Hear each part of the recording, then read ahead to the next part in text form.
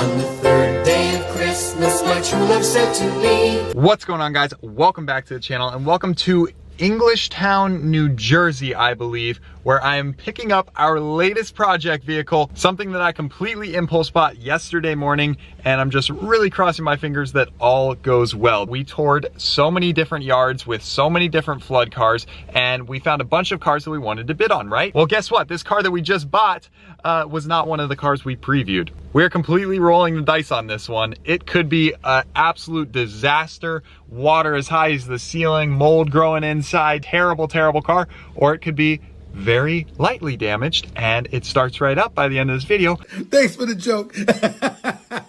And we have a great 911 Turbo 997 for the price of like a Honda Civic or something like that. We bought this car. Get ready. Are you ready for it? 997 911 Turbo that once retailed for $170,000. We paid $28,250. Nice. No joke. I literally was prepared to bid up to like 35 or 40 grand, and then the bidding stopped at 28 grand. We were high bidder at $28,250. We won it. That's it. So I'm a little worried that that was like too cheap, and maybe there's a reason it was so cheap. I don't know what to expect. I'm completely going in blind. The only thing I'm not blind on is those carbon ceramic brakes. Yeah, did you guys see that in the pictures? Those yellow brake calipers? This car was optioned with the ridiculously expensive PCCB carbon brake package. And now, even as used brakes, if we were to take them off and worst case, like part out this car, those brakes are worth nearly 10,000 bucks. So I'm like, okay, 28,000 bucks for the car, but the brakes are worth 10,000 and the rest of the parts are worth a bunch of money. I can't lose, right? You can't lose. So we're about to find out. I'm here all alone. Christian flew out 2 days ago because we thought we were done looking at the salvage cars, and I was about to fly home today as well. And I woke up yesterday, I saw this one, I'm like, I can't pass it up. So I just hopped on my computer, I gave it a few bids, and what do you know? Now we bought it, and now we got to pick it up. So you guys remember Sasha. So Sasha's dad is really into cars, like we mentioned in those videos. And this lot is actually only like 15 miles away from him. So he was nice enough to bring his truck and trailer out today. He's rolling up in just a minute to pick up this 911 Turbo with me. We're gonna hope for the best. Hope for the best on this one. Let's get this $28,000 911 Turbo and see if we hit a huge home run or if we got a big, expensive, flooded parts car on our hands. Let's get to it. All right, guys, just got the paperwork taken care of. Now we just wait for the car to be brought out on the forklift. It could be any minute now, and we will see this car for the first time.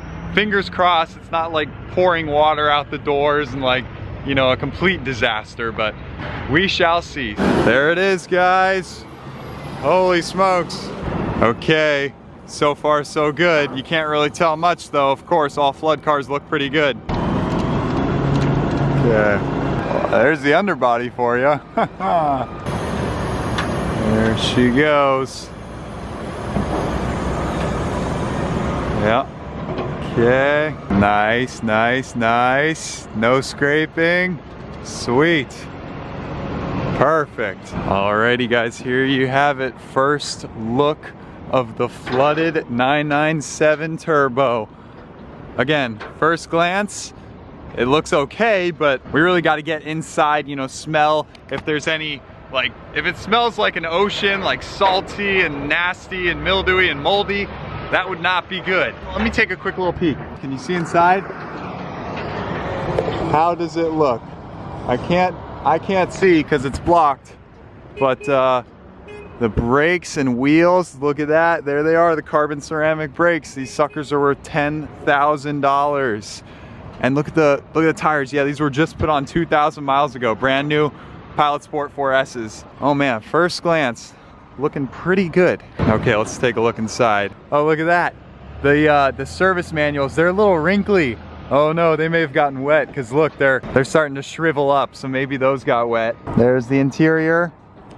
Not bad actually. I don't see any immediate mold and stuff, so that's good. There's the front. Don't worry about this plastic piece. This is cheap to replace. The forklift, of course, has to lift from there. That's no problem. We'll get a new one of those, but looks like water definitely got up to here at least, because these lights have some condensation in them. So not sure how high the water got. Maybe like a quarter way up the door, but I think I just saw a little water come out of the exhaust tip. Oh boy, well, I'm okay with that. If water is just chilling in the mufflers, like that's not that big of a deal. But if water got all the way up the exhaust back toward the engine, that could be a problem. So I'm just gonna zoom in on this. Moment of truth. If we can reach it. Almost there. Need to go a little further.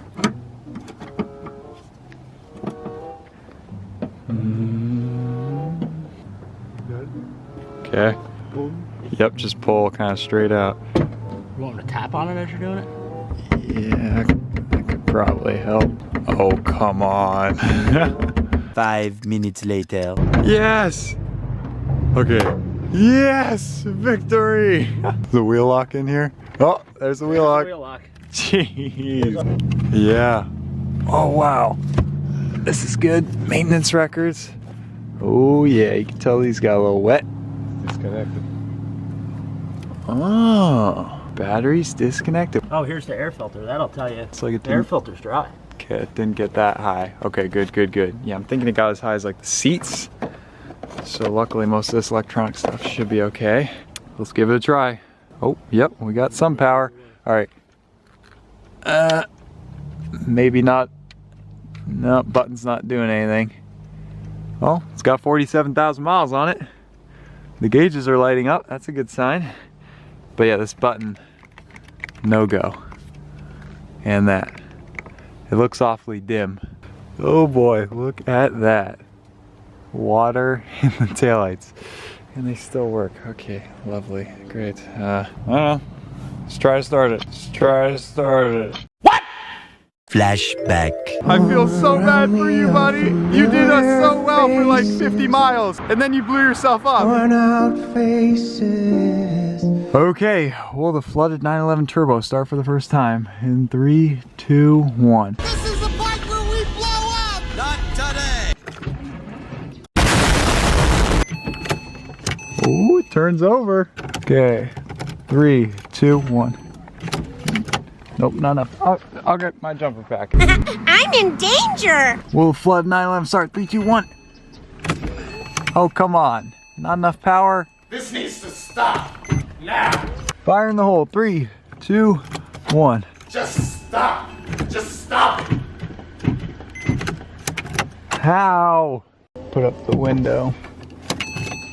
Good morning, guys, to a very cold day 2. Check this out. All this frost loaded up on the cars. This is the Passat, still being a trooper. Love this car, but check out the 911 Turbo. Got some nice frost on it. So at least we got the window up, which is nice. The fact that the window was down indicates to me that whoever was messing around with this car never got to the battery. Otherwise, they would have put the window up right away. Today, we're taking the car over to AIM Performance. These guys specialize in 996 and 997 and 991 turbo cars. They build some of the fastest Porsches on the road. If anyone can get this thing going again, it's them. So we're gonna take it over to them and see their thoughts. Okay guys, so now we're swapping trailers because Victor has to go pick up a car in Brooklyn and he needs the enclosed trailer. So we're gonna back the Porsche on into the enclosed trailer and then we'll take this to drop the Porsche off at AIM Performance and then we'll be good to go. But just a quick little swapperoo.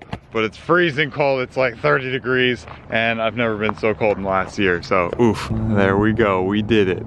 We set up these little ramps down into the one and put blocks on the bottom so that this trailer doesn't go like lifting up. Oh, it's moving. Okay, I think it's working.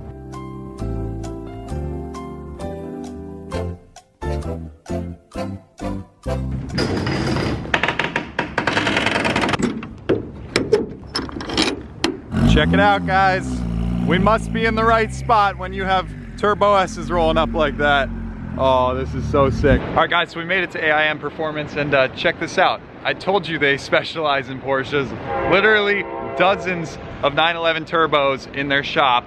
They're everywhere, literally everywhere. 997s, 996s, 991s. So the car's gonna be in good hands. They're gonna take a look at it next week. So, so they're super busy right now. They got 55 cars here and he's down 3 technicians. So he's gonna get to it next week, but that actually works for my schedule because I need to leave back to Virginia right now. So I'm gonna leave the car with them and I'm gonna have some updates from them shortly on whether they can get it running or not and whether this is, you know, a parts car or a car that's gonna run again. So Joe, everybody here, super nice, crazy shop. These guys are the experts on these cars. So super cool and it's in good hands. Let's go. There's no way this this is real life. There's no telling you're the right girl, so I can only say that it feels right. It feels right, it feels right. Yeah, I can only say that it feels right. It feels right, it feels right. Yeah, I can only say that it feels right.